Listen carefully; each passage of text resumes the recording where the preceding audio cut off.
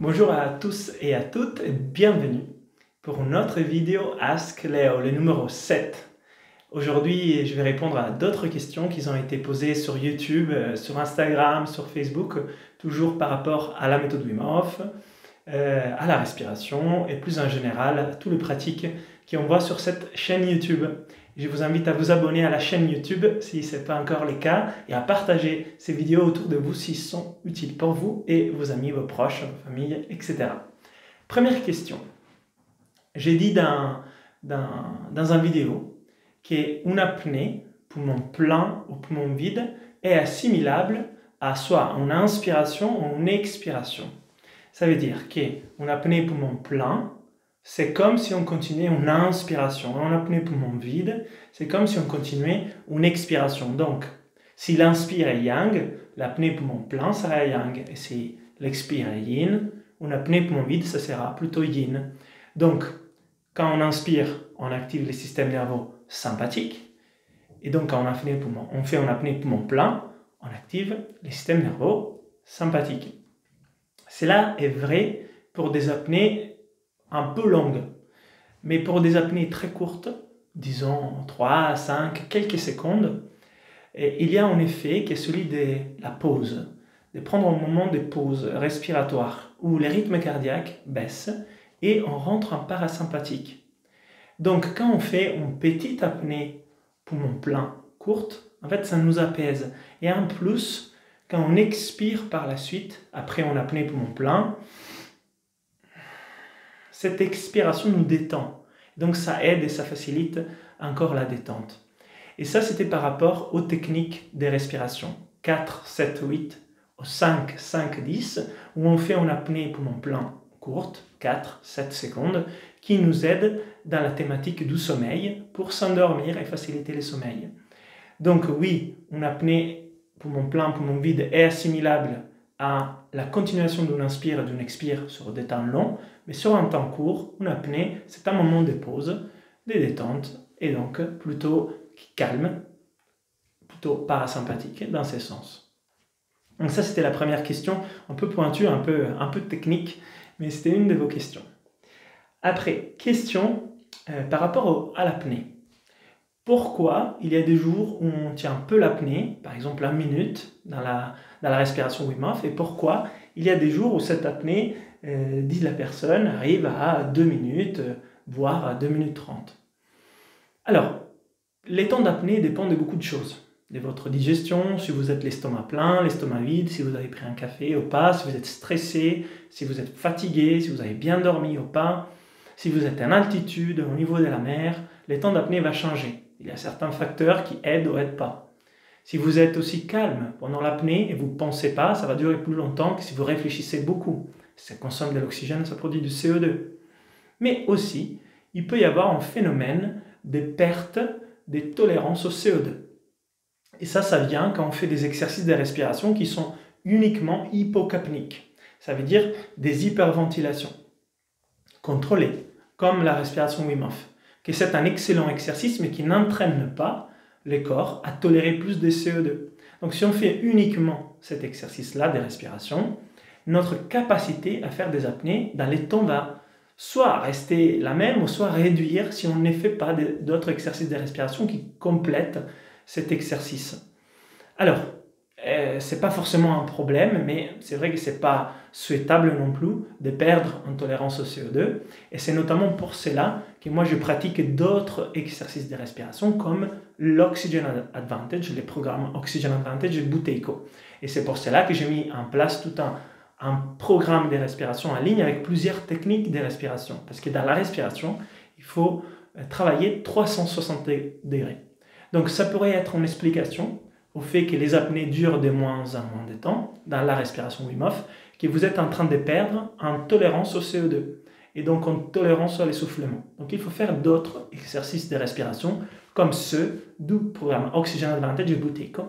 Et j'en parle dans d'autres vidéos et dans les programmes de formation en ligne de respiration, eux-mêmes dans les livres que j'écris sur la respiration.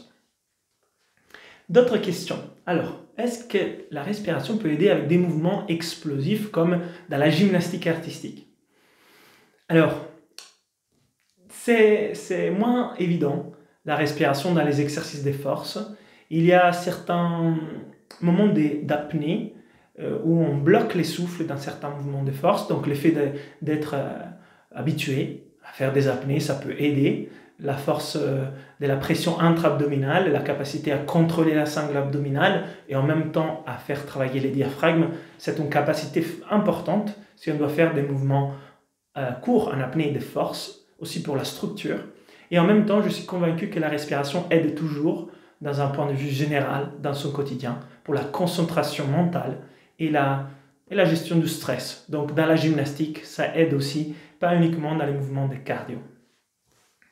Et une autre question, est-ce qu'on peut arriver à atteindre des objectifs en gymnastique plus rapidement si on travaille les souffles?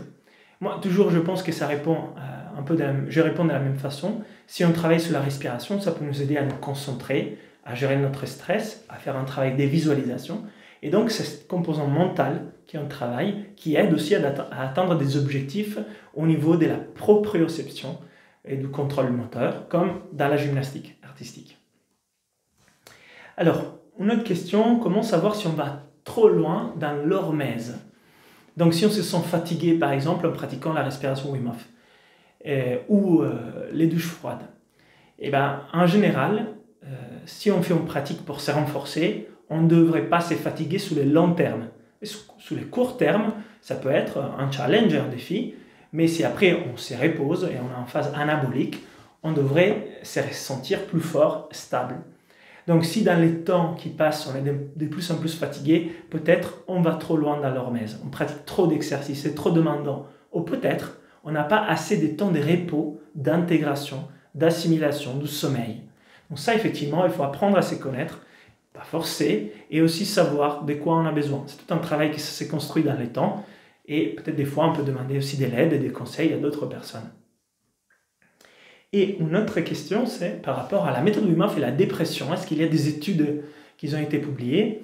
Alors, les études scientifiques sont encore en cours. C'est challengeant de publier une étude scientifique sur la dépression, c'est ce que Wim nous dit. Mais en tout cas, tout part de là, de la gestion des émotions, des addictions, des problèmes et des troubles au niveau mental. Et effectivement, ça part de là. Et la méthode Wim Hof a été démontrée de façon plutôt empirique et pratique sous les témoignages des gens que ça aide pour la gestion des addictions, la gestion de la dépression, pour avoir une bonne chimie qui nous met avec les cocktails de bonheur dans une bonne humeur, et aussi pour les troubles du comportement en général. Mais il n'y a pas encore une étude scientifique qui a été publiée, mais on l'attend avec impatience. Dernière question, pour clôturer aujourd'hui, les exercices Wim Hof avancés. Qu'est-ce que c'est? Alors, ce sont des exercices pour aller plus loin, à la fois dans la respiration, à la fois dans le froid, à la fois dans la force du mental, une fois qu'on a pratiqué les exercices de base. La respiration Wim Hof de base, les douches froides, etc. Il y a d'autres techniques de respiration, contre l'inflammation, pour avoir plus d'énergie, la power breathing, qui envoie dans les stages plus longs, des 3, 4, 5 jours ensemble. On doit avoir d'abord une base stable sous les exercices de base de respiration avant de passer sous les exercices avancés de la méthode Wim Hof. Et pour les froids, il y a différentes façons d'aborder les bains de glace, de travailler sur le temps, sur la qualité, sur l'intention. Et là aussi, on les voit dans les stages un peu plus longs qu'on fait par exemple dans les Cantal. Il y a aussi des techniques de réchauffement qui sont différentes, un peu plus avancées, comme la technique d'activation de la graisse brune, et pour se réchauffer plus vite après les froids, et aussi des techniques de travail sur l'interoception et la force du mental, avec les mouvements au pas, pour aller un peu plus loin dans ce troisième pilier de la concentration, le focus, de la force du mental. Donc tout ça, ça se pratique une fois qu'on connaît bien les bases, dans des stages qui sont un peu plus longs, on a le temps de voir ça ensemble, ensuite pour le pratiquer au quotidien. Donc c'était tout pour aujourd'hui, Ascléo numéro 7, j'espère que ça vous est utile comme d'habitude. Et je vous invite à liker la vidéo, à vous abonner à la chaîne YouTube et à partager cette vidéo autour de vous pour faire grandir ces projets de vidéos YouTube. À la prochaine, ciao!